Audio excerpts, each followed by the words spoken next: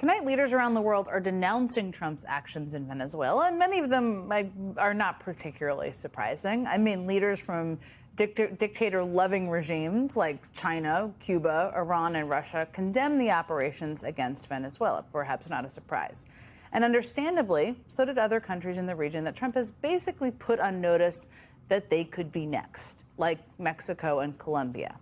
And look, these military strikes are less than 24 hours old, and it may take days or weeks to fully understand the impact globally. But we know lots of people are watching. We know Vladimir Putin is watching. We know Xi Jinping is watching. And my question is, what are they thinking? And what impact could this all have? And I have the perfect person to ask. Joining me now is Michael McFaul, former U.S. ambassador to Russia and MS Now international affairs analyst. Ambassador, you always often make this point that when the United States takes actions, the world watches. It's not like they happen in a vacuum.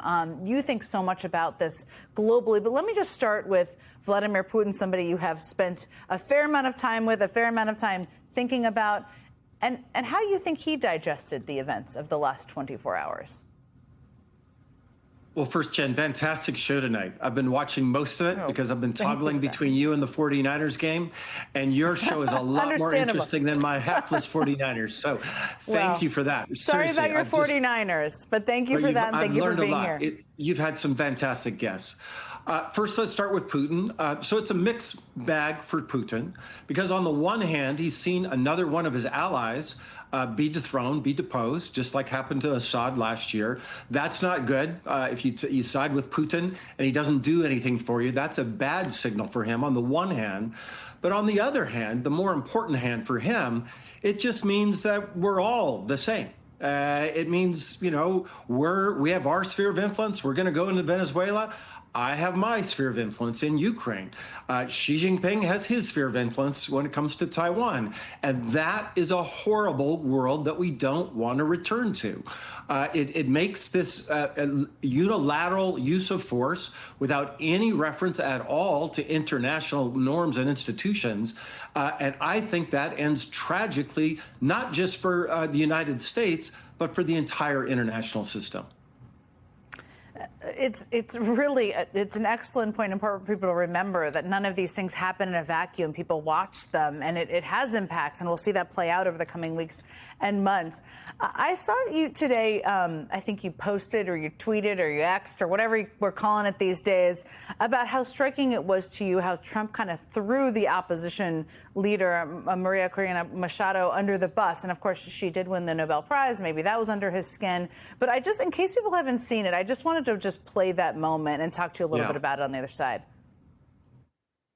I think it would be very tough for her to be the leader. She doesn't have the support within or the respect within the country. She's a very nice woman, but she doesn't have the respect.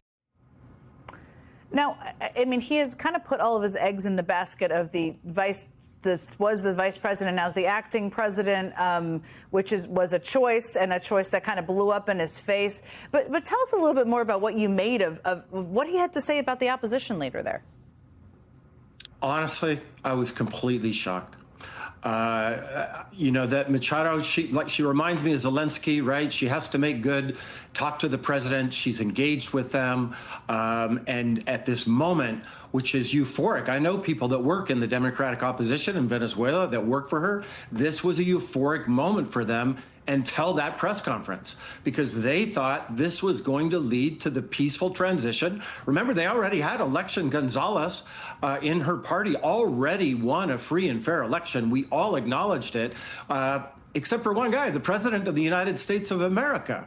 When he says she doesn't have the support in the country, there's no empirical basis for that comment. And it is just so symbolically damaging to the Venezuelan opposition. It was just a huge leg up now for the Maduro regime that he is now working with. So I hope it's just the first day. I hope there can be a pacted transition, as there have been in other countries, but you wouldn't listen to that press conference and think that President Trump cares about democracy, and that is in the context of a president who for 5 years, his entire first term and his first year of his second term, has never cared about promoting democracy abroad.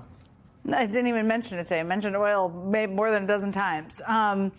I was just speaking with Barbara McQuaid about this, but the UN, of course, as you've seen, is expressing alarm over this. UN Secretary General released a statement earlier saying the U.S. actions, quote, constitute a dangerous precedent. I'm wondering kind of what worries you, because we all have to worry in these moments about what message this sends to other countries about arresting opponents, not only here, but overseas. I mean, how do you think about that? Just as you and Barbara were talking about it, super dangerous precedent. By the way, I've been indicted by the Russians. So when I have to think about things like that, you know, if it's a lawless world now and anybody can do anything in the name of national security or protecting their people in these very flimsy arguments, I think it just leads to a much more anarchic world.